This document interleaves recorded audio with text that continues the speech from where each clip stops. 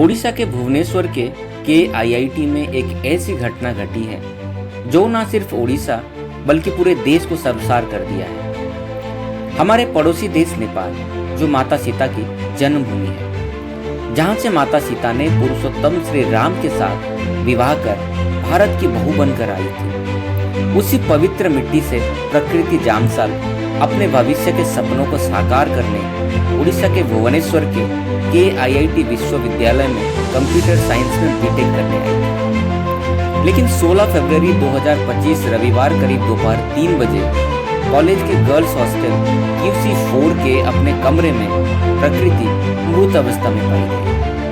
अपनों से दूर सपनों से भरी आंखें जो कुछ बनकर अपने देश का नाम रोशन करना चाहती थी, आज इस दुनिया में नहीं रही। क्या प्रकृति खुद अपनी जान ली है या फिर इसके पीछे कोई षड्यंत्र है?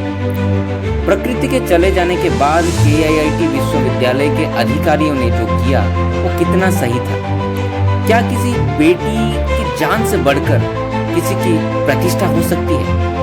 चलिए पूरी घटना को समझते हैं। प्रकृति के दोस्तों ने खुलासा किया कि उसी कॉलेज में 3rd ईयर में मैकेनिकल पढ़ रहे अद्विक श्रीवास्तव के साथ प्रकृति रिलेशनशिप में थी, लेकिन पिछले साल 2024 के नवरात्रि से उन दोनों की ब्रेकअप हो चुकी थी। लेकिन ब्रेकअप के बाद अद्विक ने उसको परेशान कर रहा था और प्रकृति ने IRO यानी इंटरनेशनल रिलेशन ऑफिस, जो विदेश से आए स्टूडेंट्स के लिए फर्स्ट कांटेक्ट होते हैं, वहाँ हरासमेंट की शिकायत की थी। लेकिन प्रकृति के दोस्तों को लगने लगा कि कॉलेज की इमेज को बचाने के लिए IRO ने कोई कार्रवाई नहीं की और हो सकता है कि हरासमेंट इतना बढ़ चुका था कि प्रकृति ने अपनी जान लेने जैसी कठिन निर्णय ले ली। लेकिन सवाल ये उठता है कि अगर IRO ने प्रकृति की शिकायत को सीरियसली लिया होता और कोई कार्रवाई किया होता तो हो सकता है कि आज प्रकृति इस दुनिया में जिंदा होती। क्या किसी के लिए न्याय मांगना गुनाह है?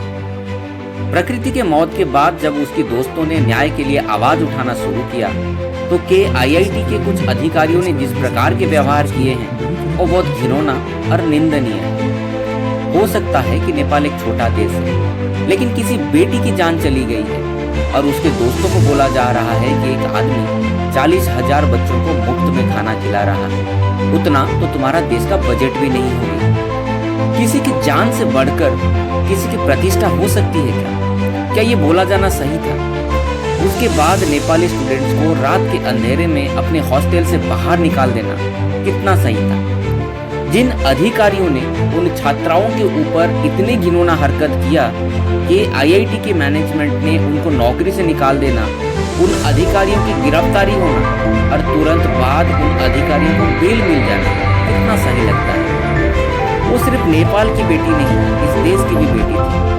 इस वीडियो के माध्यम से हम उड़ीसा सरकार से निवेदन करते हैं कि दोषियों पे कठोर कार्रवाई हो और प्रकृति को